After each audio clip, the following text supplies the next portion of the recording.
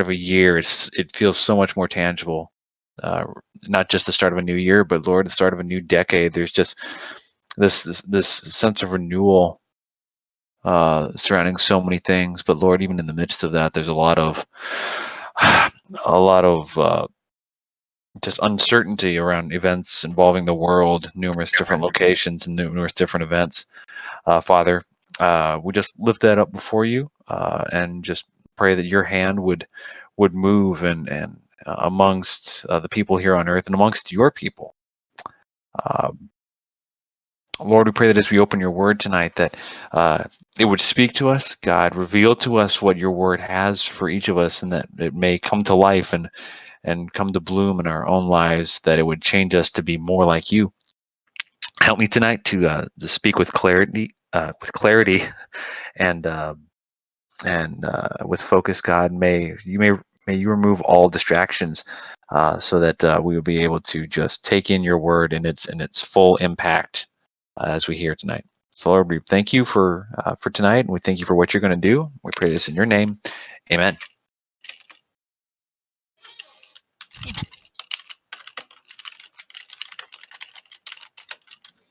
Sorry, doing one quick thing.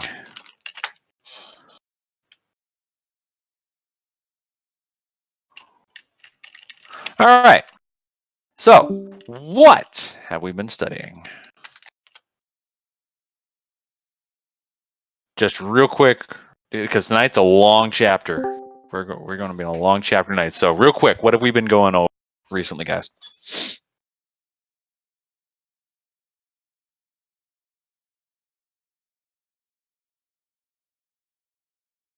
No response. Nobody knows.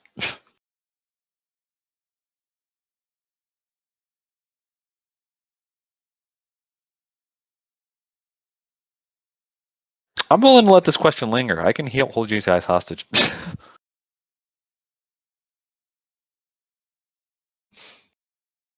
Yep, Gideon. Yeah, absolutely. Gideon, we had this great military victory that he had, and then he kind of just went off the rails a bit. Didn't quite live up to his godly potential. Kind of, it made his military victory very personal. Now Gideon still did good things for Israel, but his latter days and some of his latter actions kind of marred his legacy a bit. And it's a result of that we're going to talk about Gideon's legacy through one of his 70 sons tonight, guy by the name of Abimelech. So, with that in mind, let us go ahead and turn to Judges 9, or just click on the link and turn to it that way. That works as well. Judges chapter 9. So we've just finished up the story of Gideon himself, and now we're going to be dealing with Gideon's family. And this story, like I said, this story legitimately makes me angry, and not a lot of people know this story all the way through, I don't think. There are a few, but most everybody has heard of the end of this story, which is a kind of you might call it a cruel irony, but well, you'll see. At any rate, let us go ahead and kind of open up chapter 9. And let's go ahead and read the first two verses. Let's just read verses 1 and 2 of Judges 9. Somebody want to take that?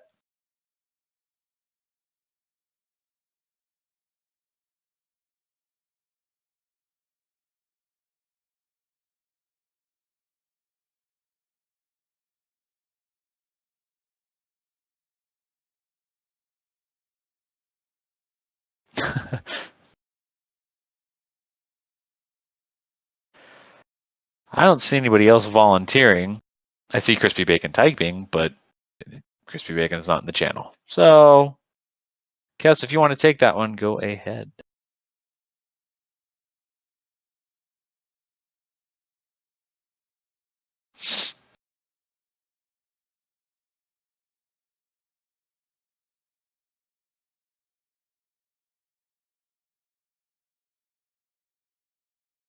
If you're talking, Kess, we can't hear you.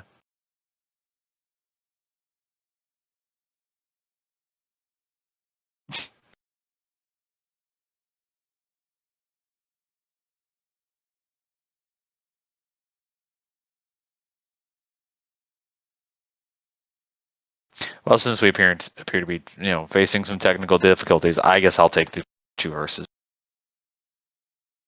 So it's okay, Kess. I'll take these. Now, Abimelech, the son of Jerubbaal, went to Shechem to his mother's relatives and said to them and to the whole clan of his mother's family, "Say in the ears of all the leaders of Shechem, which is better for you, that all 70 of the sons of Jerubbaal rule over you, or that one rule over you?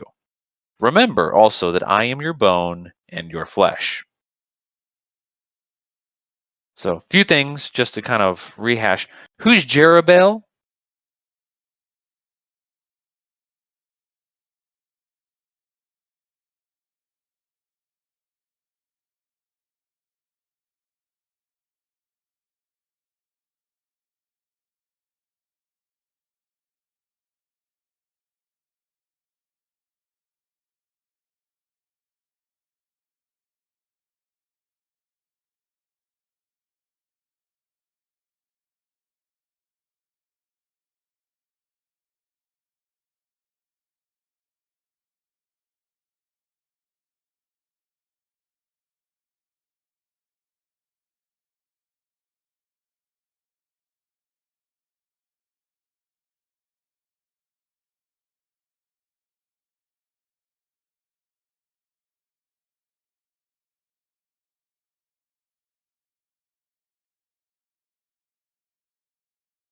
Yes, he is Gideon. Thank you, Farmer Gal. I was starting to wonder if I was just talking to no audience at all.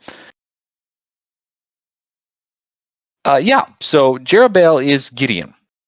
And so Abimelech is one of the sons of Gideon. And as we learned from the last part of last chapter, he had 70 sons, which is a few. So this guy Abimelech, he goes to his mother's family because his dad's from this other place called Ophrah.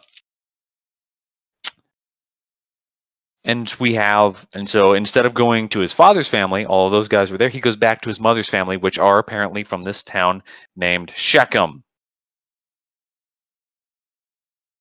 Is this a town we've heard of before?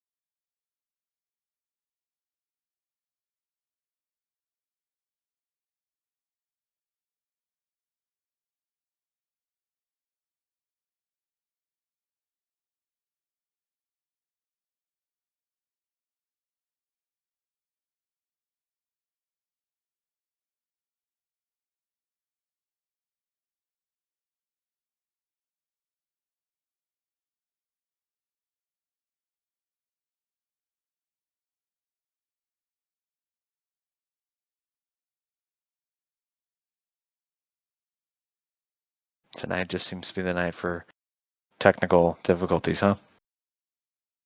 Check, check. I hear you, Ping Jockey. That's working. Roger, roger. So just to rehash the question, Shechem. Have we talked about this city or this town at all?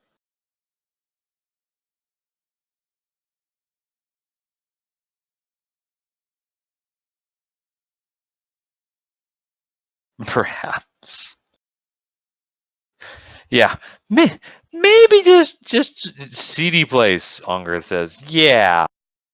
So Shechem has been the site of a few less than stellar moments in Israel's past. Most notably, back in Genesis 34, where Jacob's sons, few of them, specifically, basically massacred nearly the entire population for mistreating their sister Dinah. So generally, whenever you see Shechem come up, a lot of times in the Old Testament, it just kind of triggers in the mind of an Israelite, oh, not good. Something bad is about to happen. But no, bad things about to go down. So here we have it very early on that Abimelech is going to his mother's family, who are from Shechem, saying, "Hey, listen, there's 70 of me and my brothers. Would you rather have all of us rule over Israel, or just one of us? And by the way, I'm related to you guys." So it feels like Abimelech is making a bit of a power play here, right? Now, how's that contrast to what Gideon said about being a leader in during his story?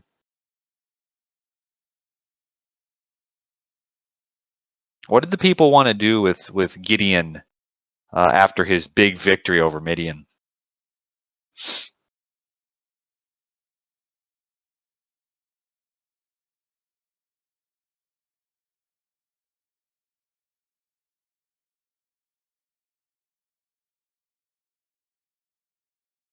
What he said.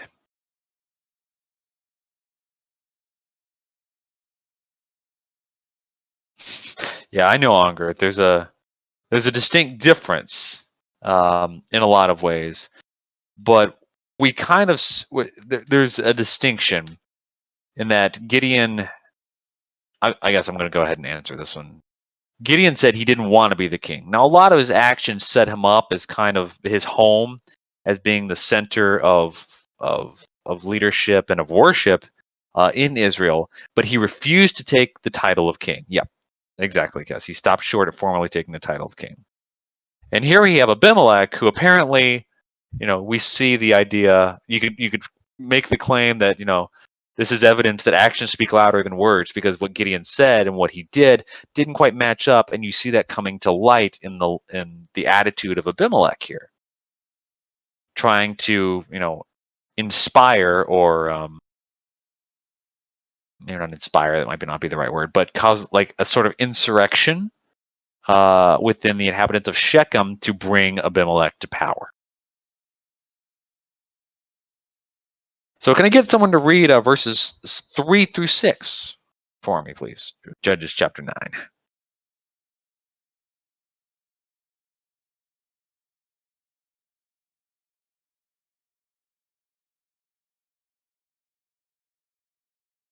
I see Kessa's mic is unmuted, but I hear nothing.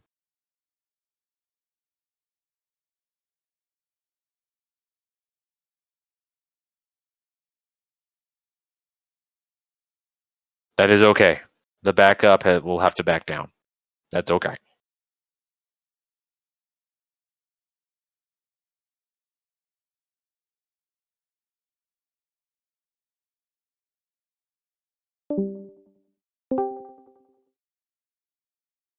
I don't suppose that fixed it. Oh, that did it. Yep. Oh, okay, I think I know what happened. Yeah, but in any case, all right. 3 to 6. Yes, ma'am. And his mother's relatives spoke all these words on his behalf in the hearing of all the leaders of Shechem, and they were inclined to follow Abimelech, for they said, "He is our relative." They gave him 70 pieces of silver from the house of Baal Berith, with which Abimelech hired worthless and reckless fellows, and they followed him. Then he went to his father's house at Ophrah and killed his brothers, the sons of Jerubbaal, 70 men on one stone. But Jotham, the youngest son of Jerubbaal, was left, for he hid himself.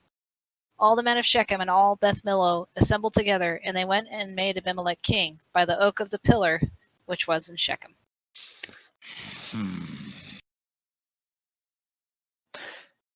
We'll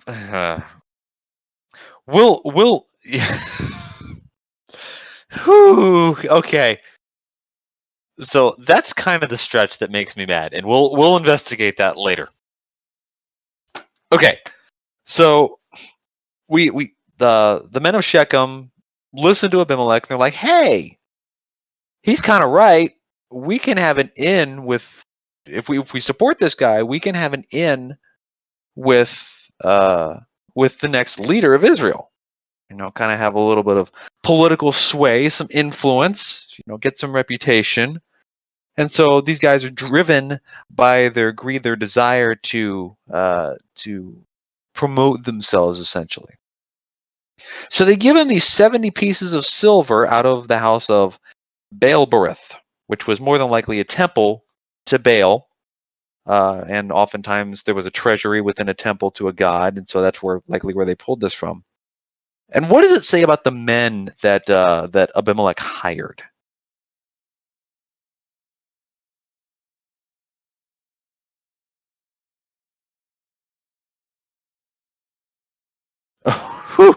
Wow. Kess holds nothing back tonight, man. Yeah, so how specifically does it describe these guys?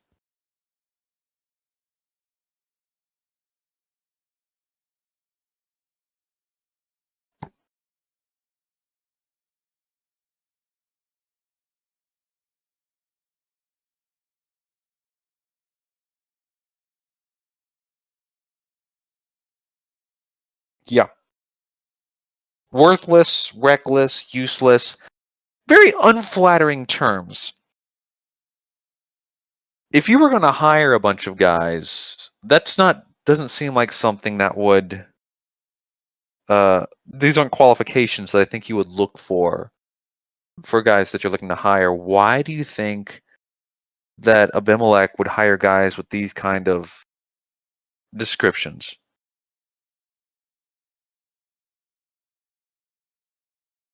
Depends on what kind of work you want them to do. Okay. What kind of work were they going to be doing?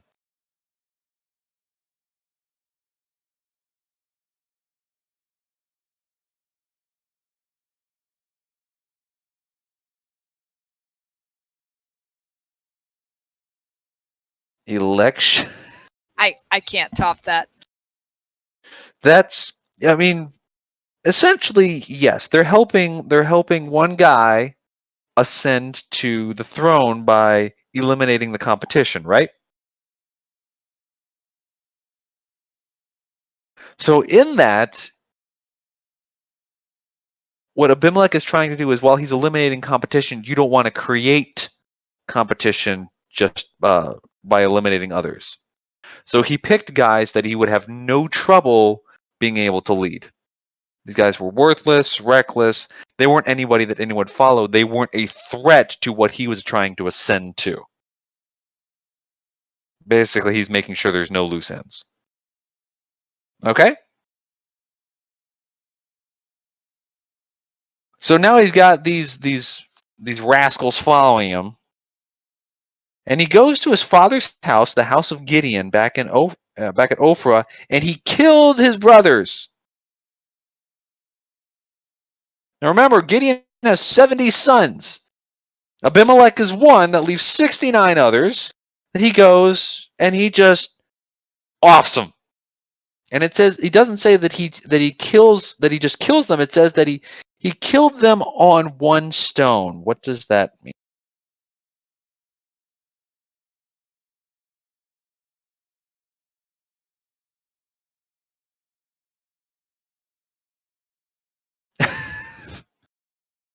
Well, note that it says on one stone, but it doesn't say all at the same time. Unger's on it. Wasn't a fight. What do you mean by that, Unger? Correct. They were executed. Now, there is some debate as to whether or not this is just a strict execution, which I think most people would probably lean towards, or there's some that would say that this is possible that they were sacrificed. Either way, it's gruesome and grotesque and terrible. But yeah, this wasn't a battle. This was an execution. And so he clears out all of his brothers except for one. the youngest son, Jotham.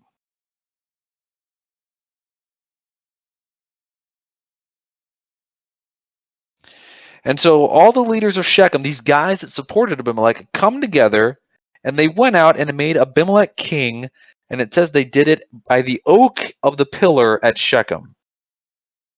Now that's important, but we're not going to cover that yet. We'll come back to that. Okay?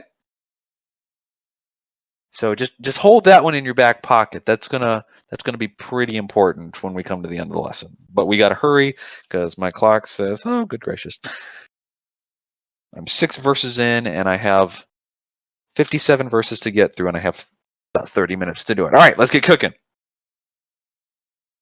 This next section is going to be long because now we're going to see what's up with Jotham, this lone survivor of this massacre. So if I could get someone to take verses 7 through 21.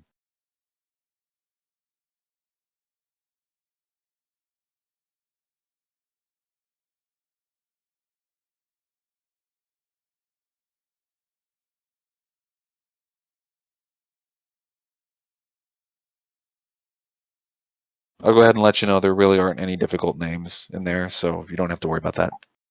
We're not reading the begats.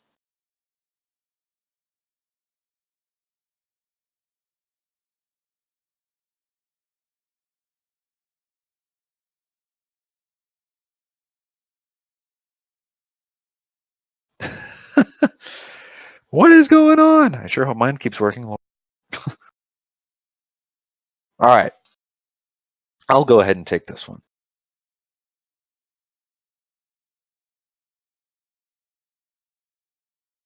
So, when it was told to Jotham, he went and stood on the top of Mount Gerizim and cried aloud and said to them, "Listen to me, you leaders of Shechem, that God may listen to you.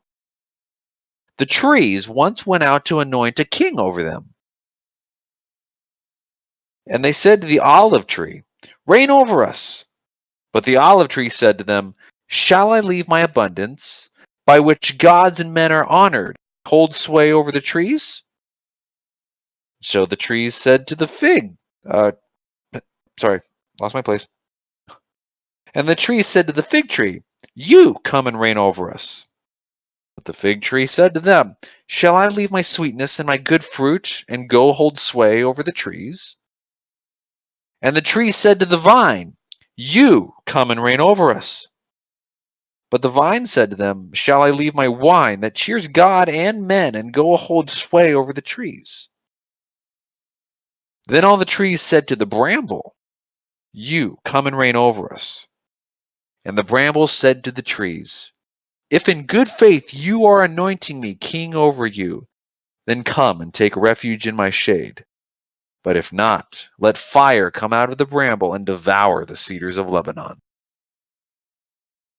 Now, therefore, if you acted in good faith and integrity when you made Abimelech king, and if you have dealt well with Jerubbaal and his house, and have done to him as his deeds deserved, for my father fought for you and risked his life and delivered you from the hand of Midian, and you have risen up against my father's house this day, and have killed his sons, 70 men on one stone, and have made Abimelech, the son of his female servant, king over the leaders of Shechem, because he is your relative. If you then have acted in good faith and integrity with Jerubbaal and with this house this day, then rejoice in Abimelech and devour the leaders of Shechem. Oh, sorry, and let him rejoice in you. Skip the line. But if not, let fire come out from Abimelech and devour the leaders of Shechem and Beth Millo.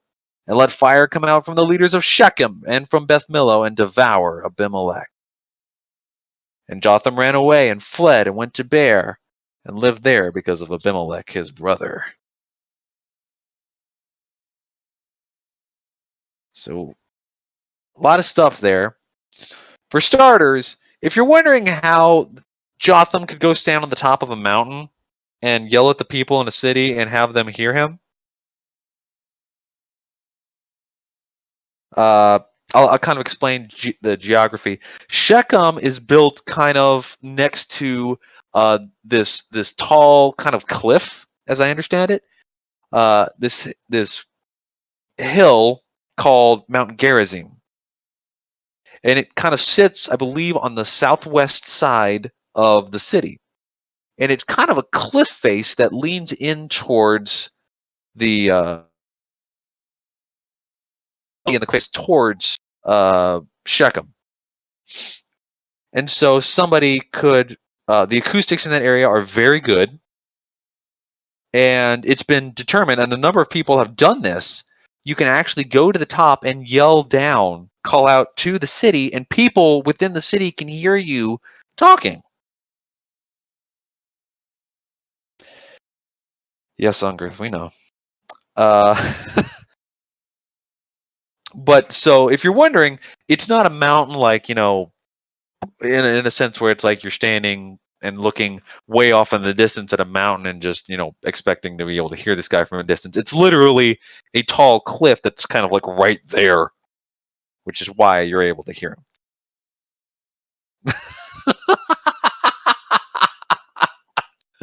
Okay, Kess, you got me with that one. That was good. Instantaneously, I feel like Ongarth is having regrets. All right, good job.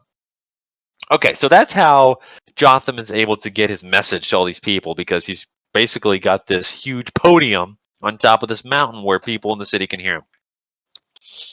So he gets up on this hill. Now, please note that it says that when it was told to Jotham, when it was told to him what happened, so he wasn't actually there for this event. More than likely, what happened was that he heard that Abimelech was up to something and fled the area, and he only found out what happened after the fact. And so now he's learned what happened, and he's like, I'm going to deal with this. So he goes up on the top of this cliff and is calling out to the people in Shechem, and he gives them this parable.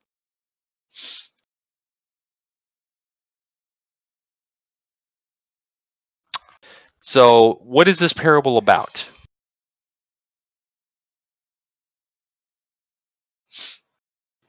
Gardening.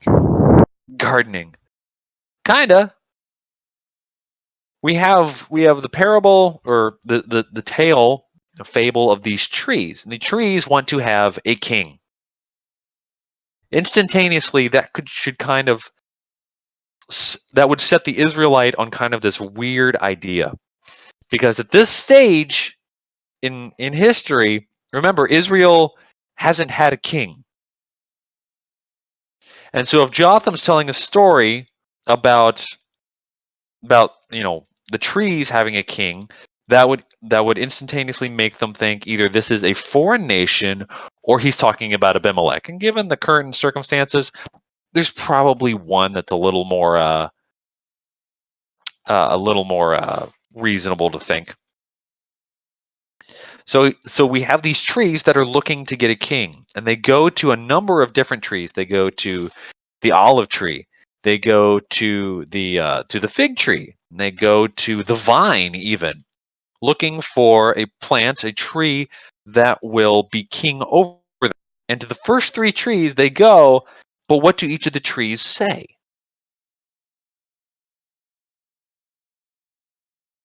They all kind of give a similar response each time.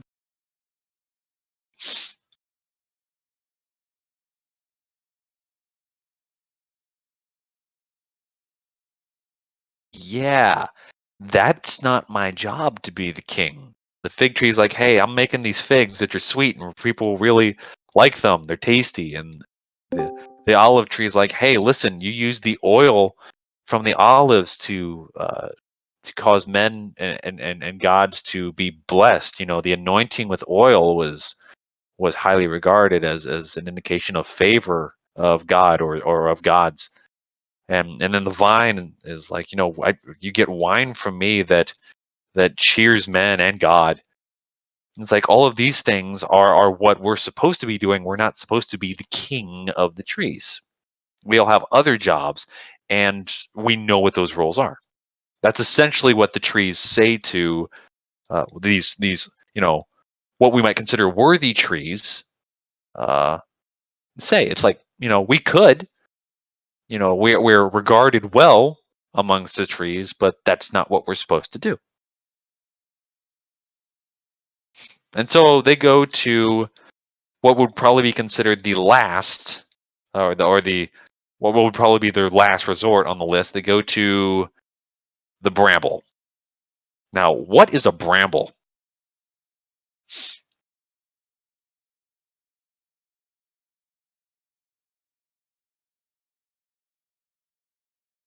Thanks for getting Crispy caught up. Also, welcome, Crispy.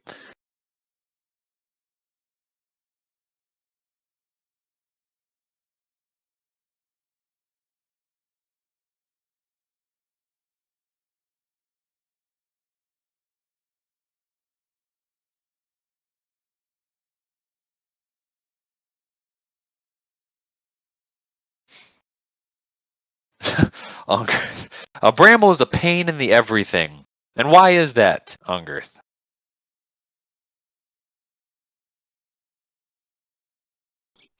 Because it's got thorns and it just Yeah! sticks along the ground and it gets everywhere. And it was what Gideon used to punish some people recently, actually. Yeah! That comes back around a little bit. That's exactly right. So this bramble isn't really even a tree. It's like a bush. It's a shrub along the ground. And it doesn't produce any fruit. It's not really used for much of anything. It's just, like Unger said, it's just a nuisance. And so the trees come to the bramble and says, hey, will you be our king?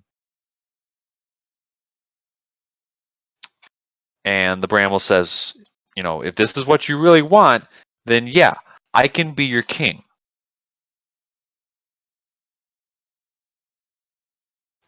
And he uses this interesting line, come take refuge in my shade, which, if you understand what a bramble is and what it looks like, that's one of the most incredibly ironic statements in this entire passage.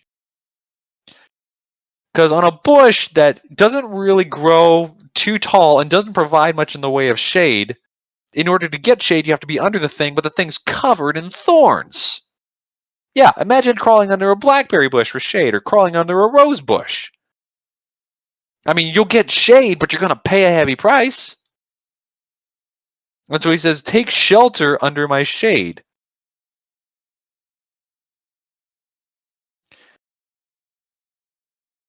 And so automatically we kind of have this scathing indictment, sort of, on this bramble because it's claiming something that it isn't really able to provide.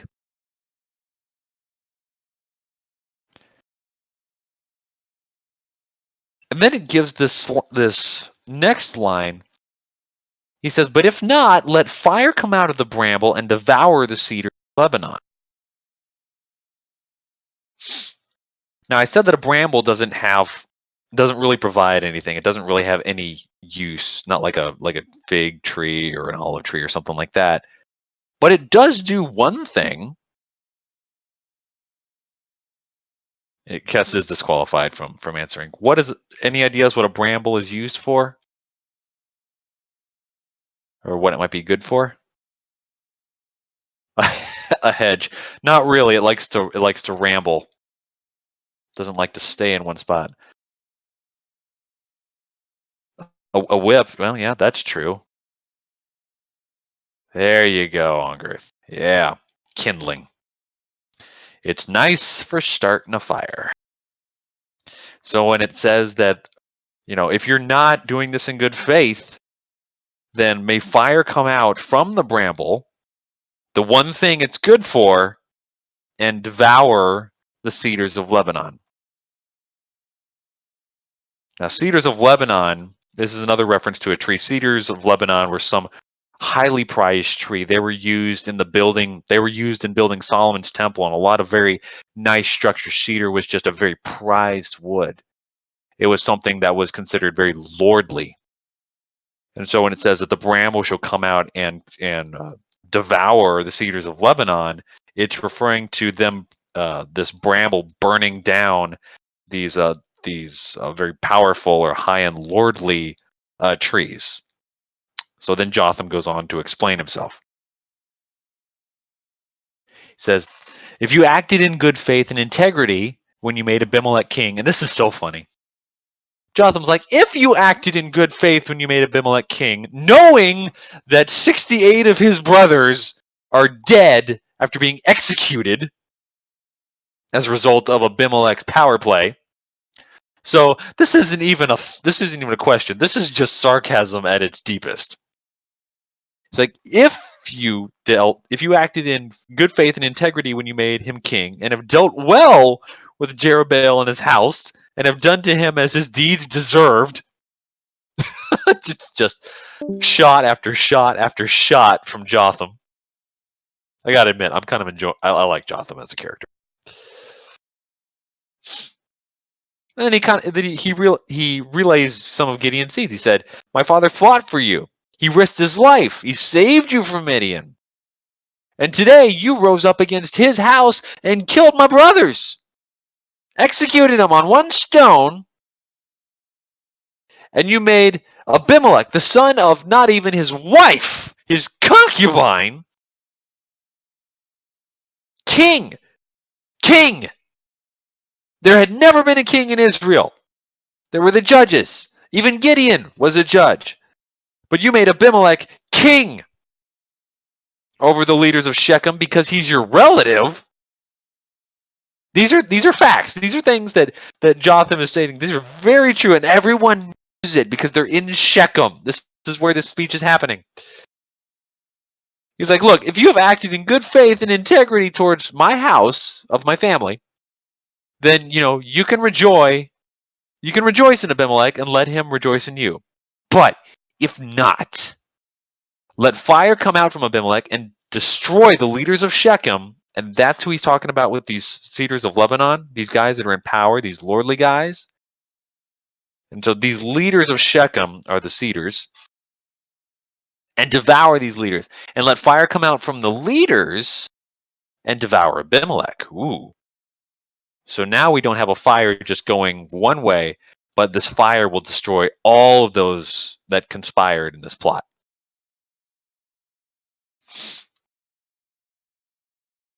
And so, after saying all of this, Jotham's like, okay, peace, I'm out. Because I don't want to fight Abimelech because he just killed a bunch of people who I'm related to, and I get the sneaking suspicion he's probably going to want to take me out too. So Jotham flees. He gets the heck out of there, and he goes and lives in this place called Bear. And I looked in a number of places, and it's just not real certain where that is. There are a few places. There was one on the other side of Jordan. There's one down, or a possible location down towards Jerusalem. It's not real clear, but it's not really the point of the passage. Jotham has said his piece, and he's made this kind of, he's levied this curse of sorts. It's kind of a curse prophecy, call it what you will, against the leaders of Shechem and against Abimelech for dealing treacherously and just straight up wickedly with the sons of Gideon. Okay? Are we all good? Are we clear? Any questions? So they don't really know where beer is. Not really. They've identified some spots that it could be, but it's not like there's just one that it could be. So it could be in a number of different locations. Okay, thanks. Yep. Anything else? We all good? I know it feels like I'm moving a little fast, but we still got like over 30 verses to go.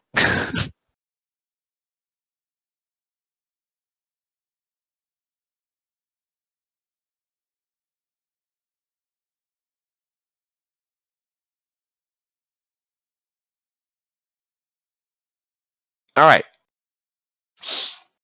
So that's we leave Jotham, and this is we leave it with this curse against Abimelech and the leaders of Shechem. So let's pick up in verse 22, and let's go down to another big chunk.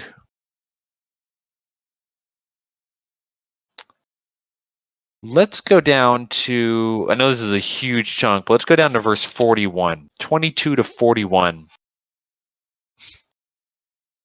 Guess if you want to take it. Verses 22 through 41. Now Abimelech ruled over Israel 3 years. Then God sent an evil spirit between Abimelech and the men of Shechem. And the men of Shechem dealt treacherously with Abimelech, so that the violence done to the 70 sons of Jerubbaal might come, and their blood might be laid on Abimelech their brother, who killed them, and on the men of Shechem, who strengthened his hands to kill his brothers. The men of Shechem set men in ambush against him on the tops of the mountains, and they robbed all who might pass by them along the road. And it was told to Abimelech. Now Gaal, the son of Ebed, came with his relatives and crossed over into Shechem, and the men of Shechem put their trust in him. They went out into the field and gathered the grapes of their vineyards and trod them, and held a festival. And they went into the house of their God, and ate and drank, and cursed Abimelech. Then Gaal the son of Ebed said, Who is Abimelech, and who is Shechem, that we should serve him? Is he not the son of Jerubbaal, and is Zebul not his lieutenant? Serve the men of Hamor the father of Shechem, but why should we serve him? Would therefore that this people were under my authority, then I would remove Abimelech. And he said to Abimelech, Increase your army, and come out. When Zebul the ruler of the city heard the words of Gaal the son of Ebed, his anger burned. He sent messengers to Abimelech deceitfully, saying, Behold, Gaal the son of Ebed and his relatives have come to Shechem, and behold, they are stirring up the city against you. Now therefore, arise by night, you and the people who are with you, and lie in wait in the field. In the morning, as soon as the sun is up, you shall rise early and rush upon the city. And behold, when he and the people who are with him come out against you, you shall do to them whatever you can. So Abimelech and all the people who were with him arose by night and lay in wait against Shechem in 4 companies. Now Gaal the son of Ebed went out and stood in the entrance of the city gate, and Abimelech and the people who were with him arose from the ambush. When Gaal saw the people, he said to Zebul, Look, people are coming down from the tops of the mountains. But Zebul said to him, You are seeing the shadow of the mountains, as if they were men. Gaal spoke again and said, Behold, people are coming down from the highest part of the land, and 1 company comes by the way of the diviner's oak. Then Zebul said to him, Where is your boasting now with which you said, Who is Abimelech, that we should serve him? Is this not the people whom you despised? Go out now and fight with them. So Gaal went out before the leaders of Shechem and fought with Abimelech. Abimelech chased him, and he fled before him, and many fell wounded up to the entrance of the gate. Then Abimelech remained at Arumah, but Zebul drove out Gaal and his relatives, so that they could not remain in Shechem. Now it came about... Sorry. I know, you get in the groove and you want to go, but okay. So a lot happens here. So after Jotham gives a speech, we have 3 years that pass. It says that Abimelech ruled over Israel 3 years. That's a real easy sentence to jump over. But the terminology there is very precise, and it's chosen very specifically. Because you'll never see the word ruled, or that word in the Hebrew, anywhere else in the book of Judges. It's only used there. Because every other leader that is chosen, or that stands and is the governor over Israel, that is that uses the word judged. The Hebrew word here is the word sur. You can just spell S-U-R. And it literally means, it means to be, act as a prince, but it carries the connotation of vanquishing or domination. To take something by force. And so it's this idea of not being assigned or ordained by God into a role, but seizing something that was not yours by right. And so that is what we're talking about when we're talking about Abimelech's rule as a king. That in almost every commentary I looked at, they were quick to point that out. I was like, that feels important. So after 3 years, we see that Jotham's curse is beginning to take a little bit of starting to come into its own, because God sends this evil spirit so that there's this tension, there's this strife between the leaders of Shechem and Abimelech. apparently Abimelech. The connotation of ruling here is that he was not a good or kind leader. He was kind of more of a tyrant almost. And so that kind of leads the leaders of Shechem to be like, maybe this wasn't quite as good an idea as we thought. So in order to try and what's the word? Destabilize faith in Abimelech, the leaders of Shechem start sending out ambushes and leaving no, ambush is the right word. I was going to go for a synonym, but there really isn't another good one that I need there. Ambushes out in roads in high places around Shechem. So what that's doing is it would cut off trade routes. And so people that were coming in to trade in Shechem and thereby bolster Abimelech's wealth and his influence, it's being cut off because now traders aren't able to get through.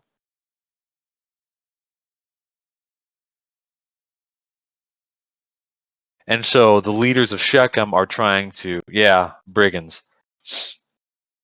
They're literally trying to, they're kind of almost starving out their own city in a sense to get rid of Abimelech, to make it so that they will be able to buck him off as king.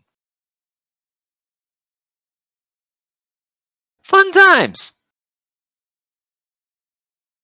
And so then Abimelech finds out about this, that there are these brigands, these ambushes that are taking out his trade routes.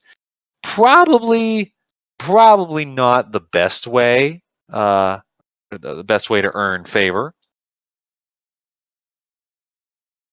So then we get this new guy on the scene, this guy named Gale. And he says he moved into Shechem with his relatives, so kind of a family move into the city. And these guys go out in the field and they gather the grapes from the vineyards and they come in and they have a big old party. Woo! You know, wine and stuff and getting a little drunk causes loose lips, and oh boy, does Gale have some loose lips. Because he gets a little bit too much, he gets a little punch drunk and he starts saying some stuff. He's like, who is this Abimelech? And who are we of Shechem that we should serve him? Who is this guy? Isn't he the son of Jerubbaal, of Gideon? And is not Zebul his officer, his lieutenant here in the city? Keeps an eye on it. Serve the men of Hamor, the father of Shechem. But why should we serve him? You know, Hamor is the guy that established the city. It's fine if we serve him, but then we have this other guy come in. Who is he? Then he makes this really bold statement, and this is where the wheels start to fall off. He says, would that this people were under my hand. Then I would remove Abimelech, and I would say to Abimelech, or some translations say, and then he said to Abimelech, increase your army and come out. So he's expressing, he's boasting, he's allowed himself to get a little drunk, and he's making these big claims like, oh, Abimelech, big scary guy. Nobody likes you. Why don't you come out and prove what a big man you are, huh?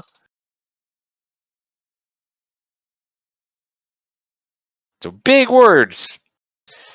And because the leaders of Shechem are looking to get rid of Abimelech, they see this guy making these claims like, this could play out interesting. Now Zebul, the lieutenant, finds out about this. And he's still loyal to Abimelech. So he says, all right, let's go tell Abimelech what's up. So he passes along the word. And he says, okay, so here's what we can do. I can lure out Gale, or get him to the gate of the city. You establish some ambushes.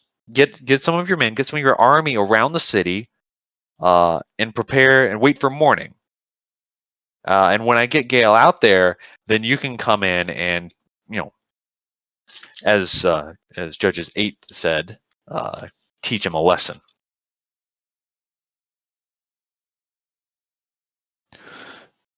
So Abimelech gets his men. they go out into the fields and some of the high places around Shechem by night, and they prepare to ambush Gale when he comes out in the morning. So he goes out to the entrance of the city, and Zebal's there. And Abimelech's guys get up and they start running down. They start running towards the city, and Gale's looking around like, "Hey, Zebul, I think I see some people running from over there." And Zebul's just trying to buy time so that Abimelech can close the distance on the city. He says, that's just the shadow of the mountains. You're not seeing straight, man. You had too much to drink. Your vision's blurry." Then he said, "Hang on, dude. I see people coming down from the center of the land, and one company is coming from the direction of the Diviner's Oak." Again, we're going to get to that. And so now that they're closing in, and there's really no mistaking the shadow, like, oh, big man making pretty big statements before. I love the way he puts it. Where's your mouth now? He was like, ooh, tough guy. Where's your, why don't you put your money where your mouth is, hotshot? He said, these are the guys that you were making fun of, that you were talking about. Why don't you go out and fight them? Now remember, the trade routes haven't necessarily been coming in very strong into Shechem because of these ambushes. And so while it was possible that Gale could like rally the people of Shechem and just hold out in a siege, the city isn't meant for a siege. Its supplies haven't been coming in very strong. Because these ambushes and the brigands that are taking everything, or not taking everything, but taking a great deal. The city isn't well supplied. So he can't hold out in a siege. So he's like, well, I guess I'm better off trying to face him out in the field. So Gale gathers his forces and he goes out and meets Abimelech in the field. And what happens?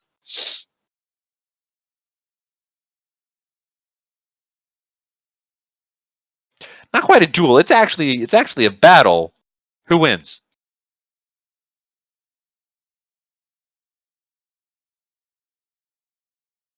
It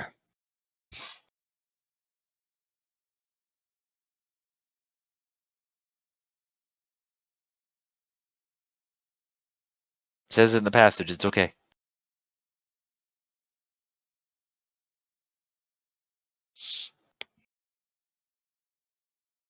Yeah, rulers versus rebellion. Abimelech, who is this self-established king, versus this guy Gale, who is basically talking smack about Abimelech.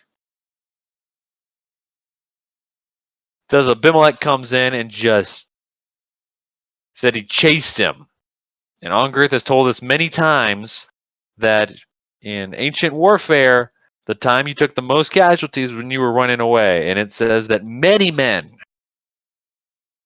wounded up to the entrance of the gate. So Abimelech is chasing Gale all the way back to the city, just wailing on him. So Abimelech goes back. He like leaves Shechem alone because remember, the city is kind of, it's under his control, but he's not necessarily in favor there, so he's living in a different city. Zebul, he drives out Gale. He says, "Get out of here, man. There ain't no place for you here." So he drives out him and all of his family, so that they couldn't live there in Shechem. So Abimelech's just had this big victory, over this rebellion. Okay, so that's our context. So with that in mind, let's go ahead and read verses 42 through 49. If I get someone to take that.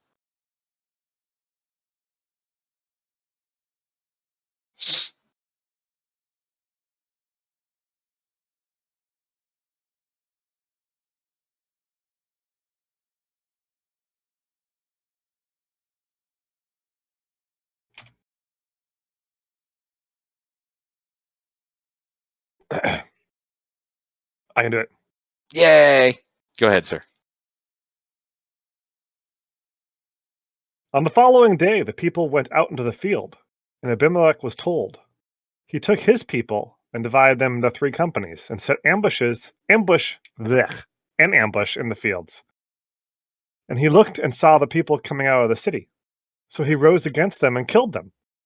Abimelech and the company that was with him rushed forward and stood at the entrance of the gate of the city, while the 2 companies rushed upon all who were in the field and killed them. And Abimelech fought against the city all that day. He captured the city and killed the people who were in it, and he razed the city and sowed it with salt. What was I supposed to read too? Verse 49. Okay. When all the leaders of the Tower of Shechem heard it, they entered the stronghold of the house of Elbereth. Abimelech was told that all the leaders of the Tower of Shechem were gathered together. And Abimelech went up to Mount Zalmon, and he and all the people who were with him.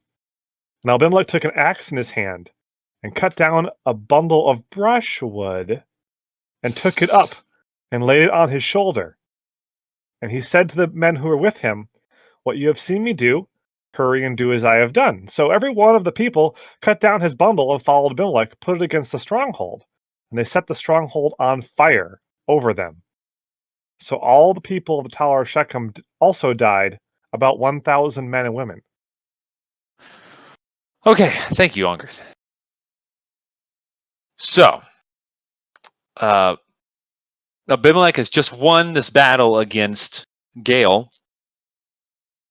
Now, it says the people went out into the field the next day. Why would they do that? What were they doing?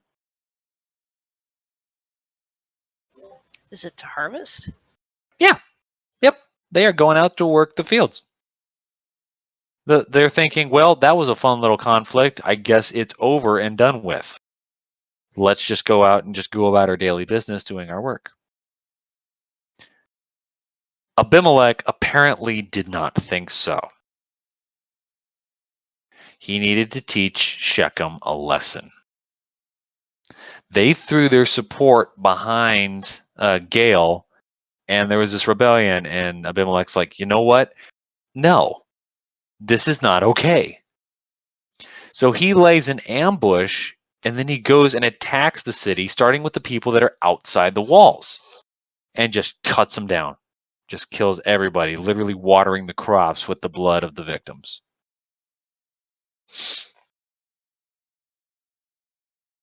Then after he does that, he attacks the city.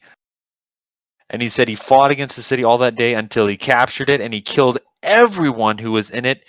He burns down the city, he tears it down, and then salts the earth. No. He and his army. Crispy.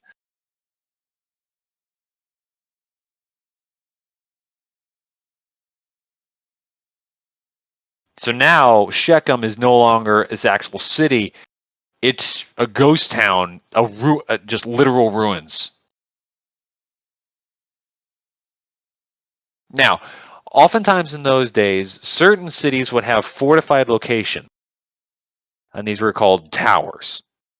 Or that's what the Bible refers to them as. They were just fortified locations intended to be used to defend against an enemy attack or something as such. And so after this massacre at the actual city, these guys who were over at the Tower of Shechem, they hear about it and they're like, that's bad. And so they all run to the fortress. And Abimelech finds out that's where all the leaders are. Oh, they're over there. Okay. But they're in this fortified location. Tough to get into. It's going to take a considerable amount of time to break into it if you're going to get into it at all. So Abimelech's like, you know what? Let's speed the process up. And so in an interesting twist of fate, a callback, if you will, he goes and he finds this bit of brush a low bush, probably had some thorns on it. And he cuts off a branch and he lays it on his shoulder. And he turns to all the guys who are with him. He says, "Everybody, you do the same thing." So they gather up all these branches of brush. And they put it against the stronghold. And they set the stronghold on fire. And everyone in the tower died. It was about 1,000 men and women that perished in that fire.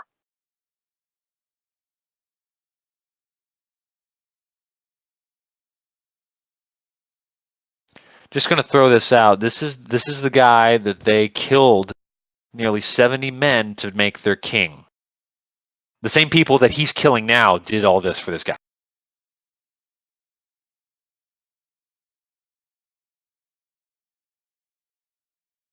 Just worth keeping in consideration.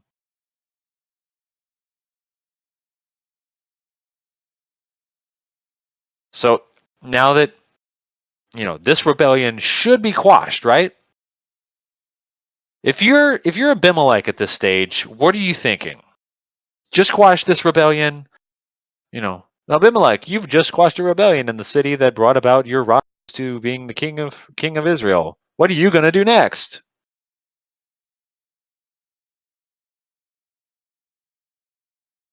Well, that's what verses 50 to 57 are all about.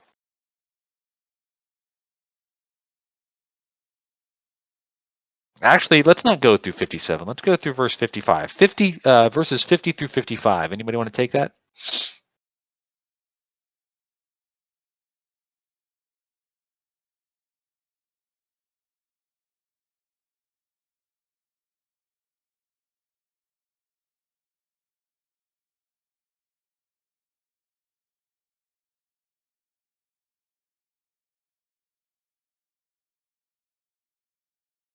Okay, go ahead, Unger.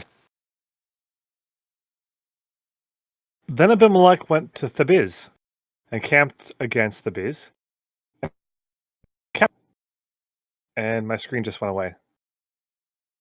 And it's back. Okay. Yay. All right. Can you still hear me? Yep. All right. And captured it. But there was a strong tower within the city, and all the men and women and all the leaders of the city fled to it and shut themselves in, and they went up to the roof of the tower. And Abimelech came to the tower and fought against it and drew near to the door of the tower to burn it with fire. And a certain woman threw an upper millstone on Abimelech's head and crushed his skull. And then he quickly called out to the young man, his armor-bearer, and said to him, "Draw your sword and kill me, lest they say of me, a woman killed him."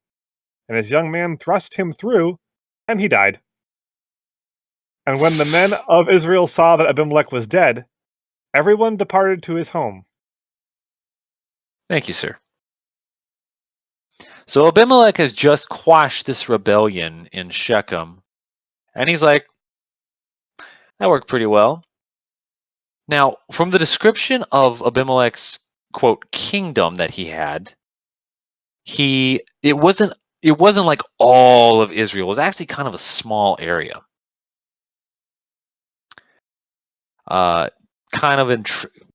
Just kind of a few cities in central Israel. Maybe it expanded a bit. But Abimelech is apparently feeling a little confident and a little possibly bloodthirsty. And he sees the small borders and thinks, you know what? Now's a good time to go out and test out this new system of burning down the fortifications on another city to expand my borders.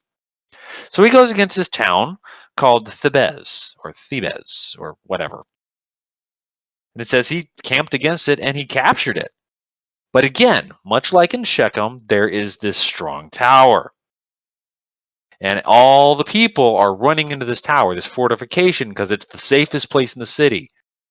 Now, Abimelech, he's like, I've seen this before, and I got the answer for it. So he goes, and they go, and they're getting ready to light fire to this tower again. Meanwhile, up in the top of the tower, you have all the defenders who are like, get away from the tower. This is not okay. And it says there's a certain woman, unnamed, who throws out a millstone. Now, I know you guys have probably seen pictures of millstones. They're like ginormous and weigh several thousand pounds. That is not what we are referring to here, more than likely. Because I don't think a woman's going to be just, heaving around 1,000-pound items. That would do significant work. What this more than likely was a much smaller version made for grinding up. Yeah, made for doing much smaller grinding. Just like a singular person. The millstones that were used like at a mill, like a water mill or something, would be used for mass production. This one was on a much smaller basis, making like just a few loaves of bread or something. And so more than likely, it probably didn't weigh more than 5, possibly 10 pounds. Not nearly as large, but definitely usable. And if you're throwing an object that's 5 or 10 pounds from a high enough place, I don't care who you are, that conks you on the head. It's going to do some damage. And so she throws this thing out the window, and because Abimelech gets near to light the fire in his pride, donk! Right on his head. And this comes back to what Jotham told him. He said, may fire come out from the bramble, being Abimelech, and down and consume the cedars of Lebanon, the leaders of Shechem. But then fire would come from the leaders of Shechem and consume Abimelech. And so once again, we have the scenario that played out in Shechem, and Abimelech thinks it's going to go exactly the same way, and it very does not. So Abimelech, somehow, he's more than likely, or he's like concussed, he may have a contusion. He knows that he's going to die. Like, he's dying. And so he says to his armor bearer, he says, look, I don't want it to be remembered that I was killed by a woman, so I need you to take your sword and kill me now so that my legacy won't be that I was killed by a woman. Okay?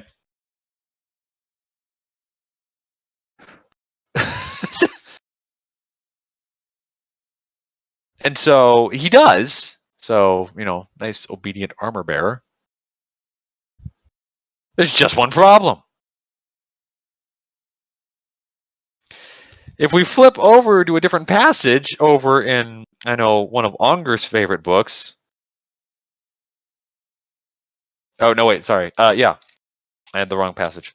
In 1 Samuel 16. No. Darn it. My notes got mixed up. I'm sorry.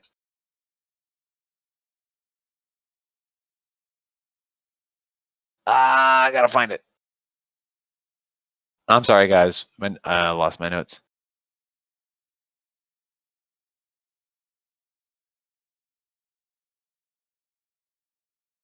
I'm sorry. 2 Samuel. I found it. If you go over to 2 Samuel 11, kind of another infamous story.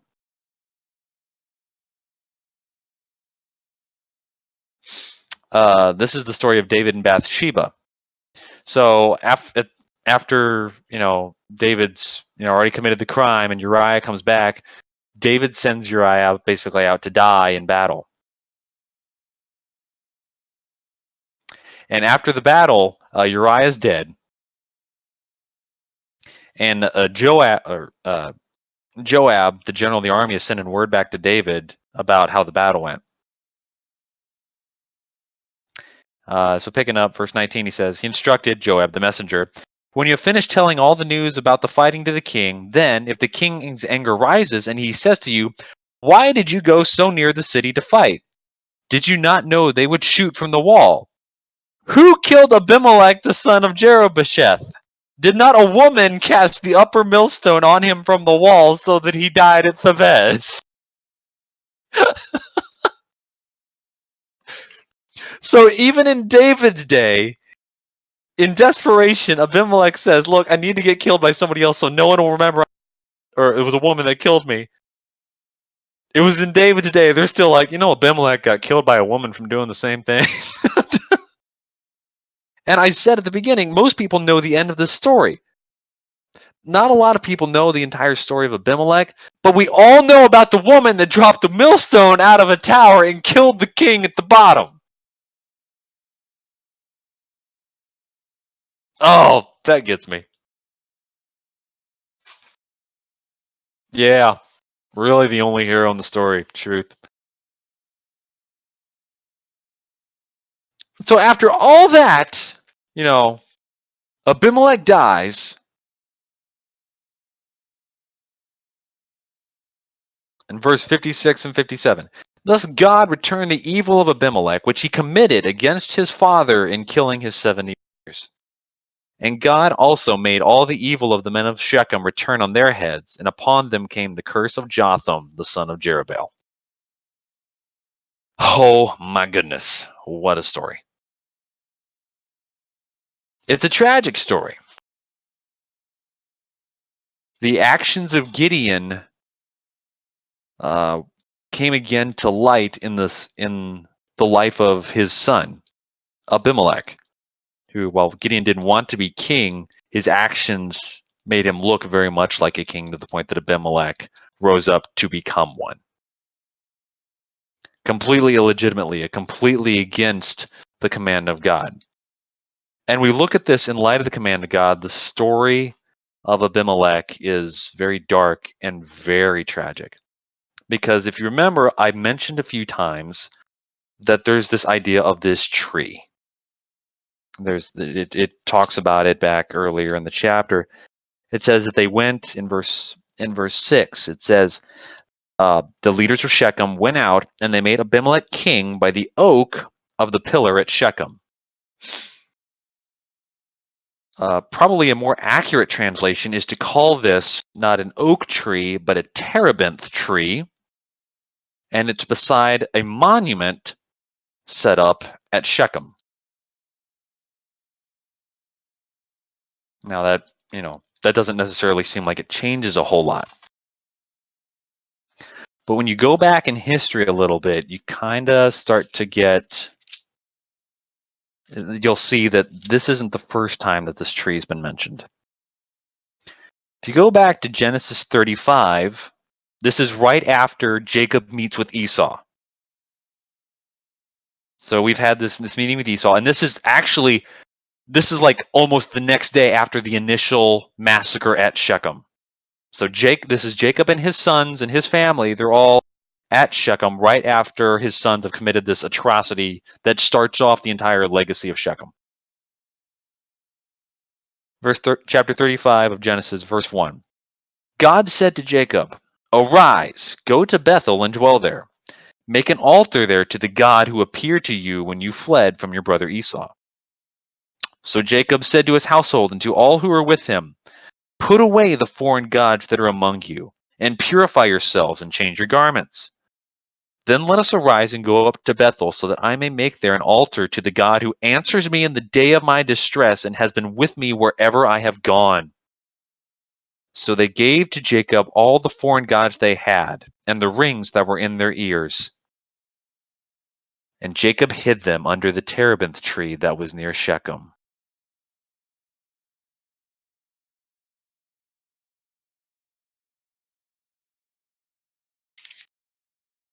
Flip over a little bit more. Let's head to the book right before Judges, the book of Joshua. They've gone and performed the military conquest, taking the land of Canaan. And this is at the end of Joshua's life. In Joshua chapter 24, Joshua is reading out the commands, the word of the law to the children of Israel at Shechem.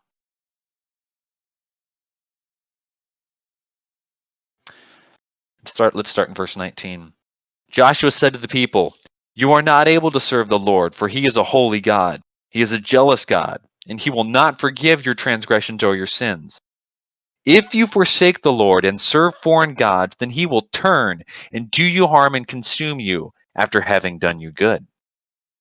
And the people said to Joshua, "No, but we will serve the Lord." Then Joshua said to the people, "You are witnesses against yourselves that you have chosen the Lord to serve him." And they said, "We are witnesses."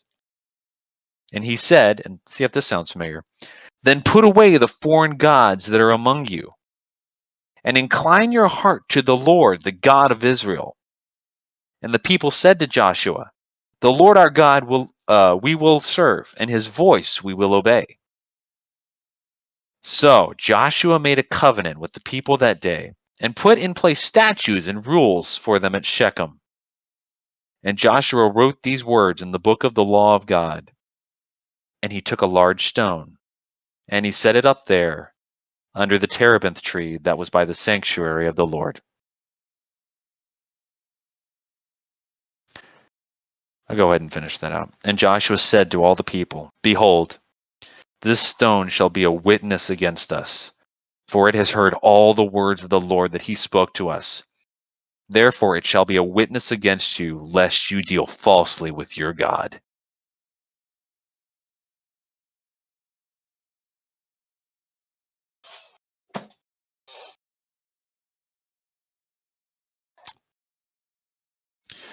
I imagine that's true, Kess. I imagine that's also why it was probably mentioned as such a landmark, that it was, it was probably a very big tree. It was very clearly a very old tree. But look at what that tree had seen. It had seen the original atrocity at Shechem. And then God's redeeming action, like literally right after the slaughter at Shechem, God says, let's straighten this up. What in the passage in Genesis where Jacob hides the idols, the foreign gods from his family, and prepares to build an altar at Bethel to God. This is right before God gives Jacob the name Israel.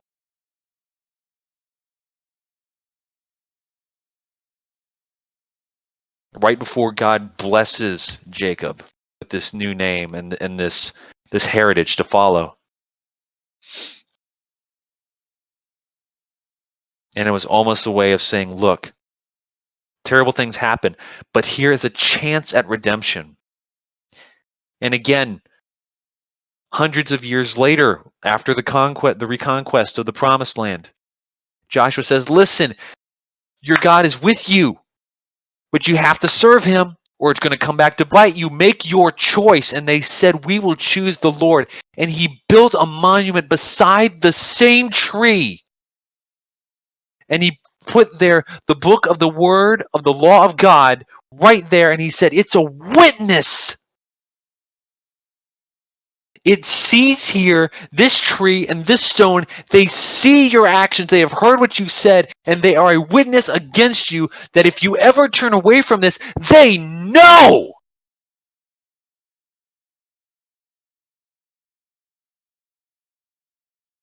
And it is under the watchful gaze of that stone and that tree that we come to Judges 9, and right beside that tree, they are anointing a false king over Israel, who was more of a tyrant in defiance of God.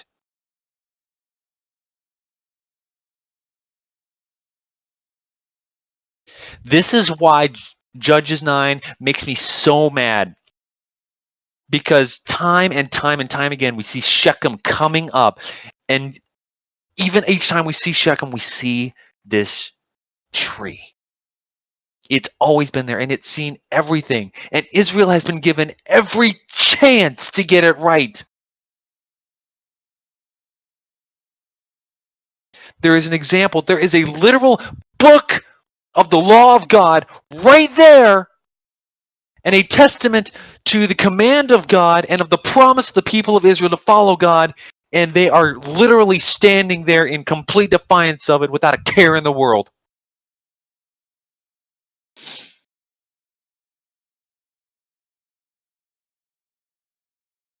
And I get so mad. And I get furious reading that.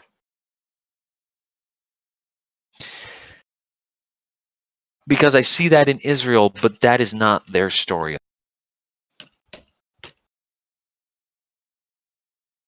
Because if we're completely honest, that is our story. There are monuments, there are places that we go to that we see frequently. that are witnesses against us.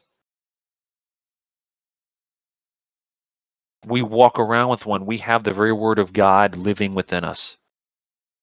And it witnesses against us that we will follow the Lord. And how often do we not? How often do I not?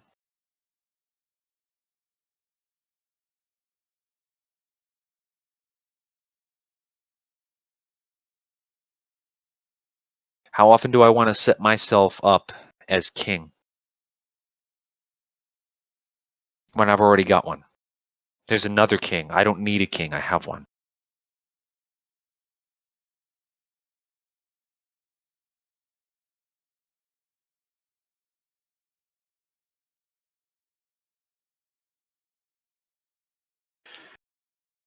The story of Abimelech is a tragic one.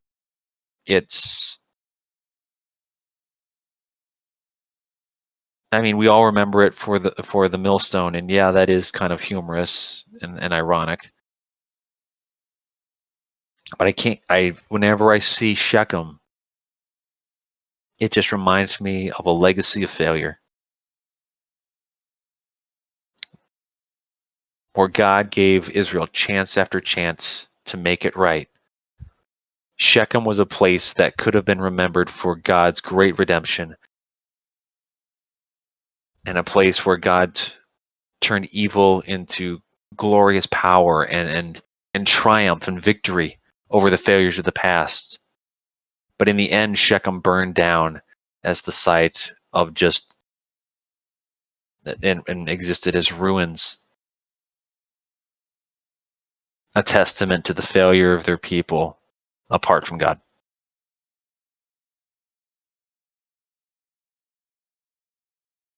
And that serves as a very powerful warning to us today, guys. Don't let your life become ruins because of mistakes.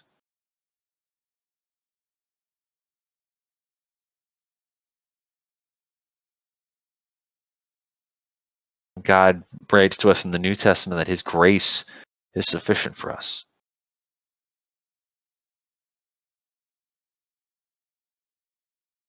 Don't let the mistakes of the past keep coming up.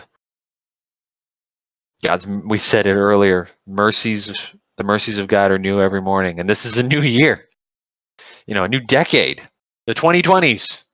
It makes me feel very old saying that. But here we are.